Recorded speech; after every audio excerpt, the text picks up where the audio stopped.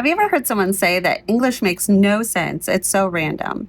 Or maybe you even said it yourself? Because honestly, sometimes it feels that way.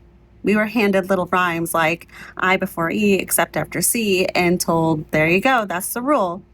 But actually, that's not a reliable rule. It's just a cute rhyme that somebody made up to help us remember a pattern that works. Sometimes. The vast majority of English words, 80 to 90%, follow predictable sound patterns and spelling conventions. And those that don't can almost always be explained by its etymology, the history. English is layered. We have borrowed words from Old English, Latin, Greek, French, and we kept their spellings, but over time, pronunciations have changed. English is very historical. Most of us weren't explicitly taught this system, and we were just given tricks and rhymes and told to memorize. But our students here at PES are not. They are given the explicit instruction of why words are made up the way they are. And when we understand those patterns too, reading becomes less mysterious and a whole lot more logical. I'm going to share with you some of my favorite phonics patterns and rules that we teach here at Prophetstown Elementary. So the first one is the floss rule. We will remember it with the word floss. And floss actually has the floss rule in it, which kids love to point out. But say I have the word miss, and your child spells it just like they hear it. M-I-S.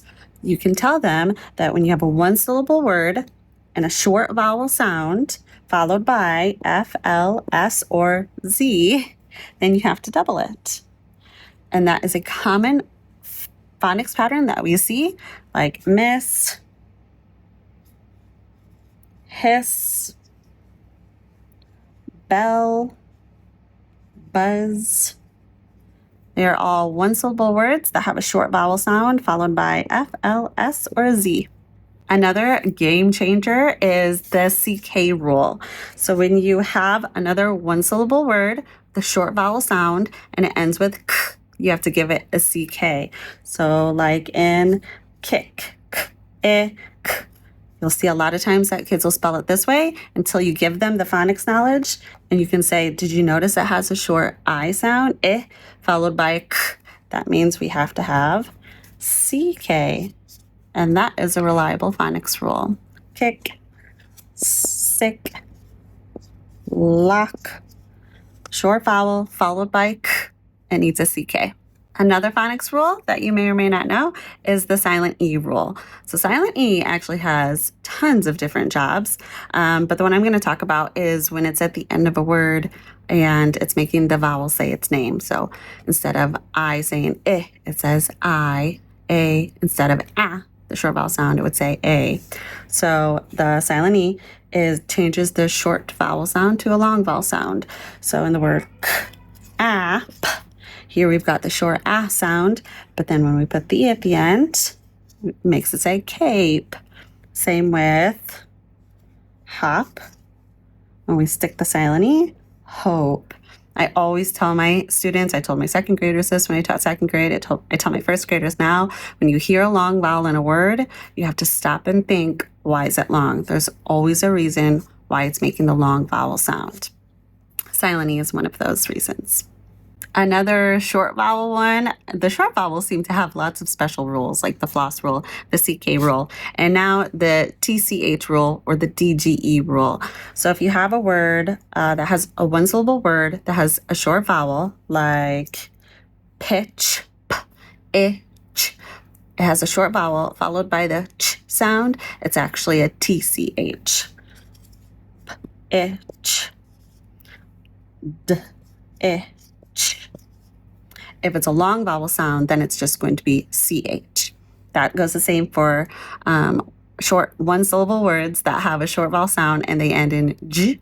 It's going to be a DGE instead of just a GE. So, for example, J, there's a short vowel sound.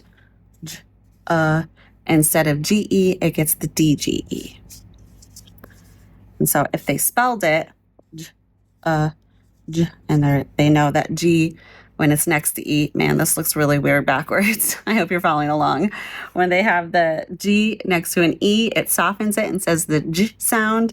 But if it's also with a short vowel, then it has to have the DGE. And to go back to the word judge, if your child would have spelled it J,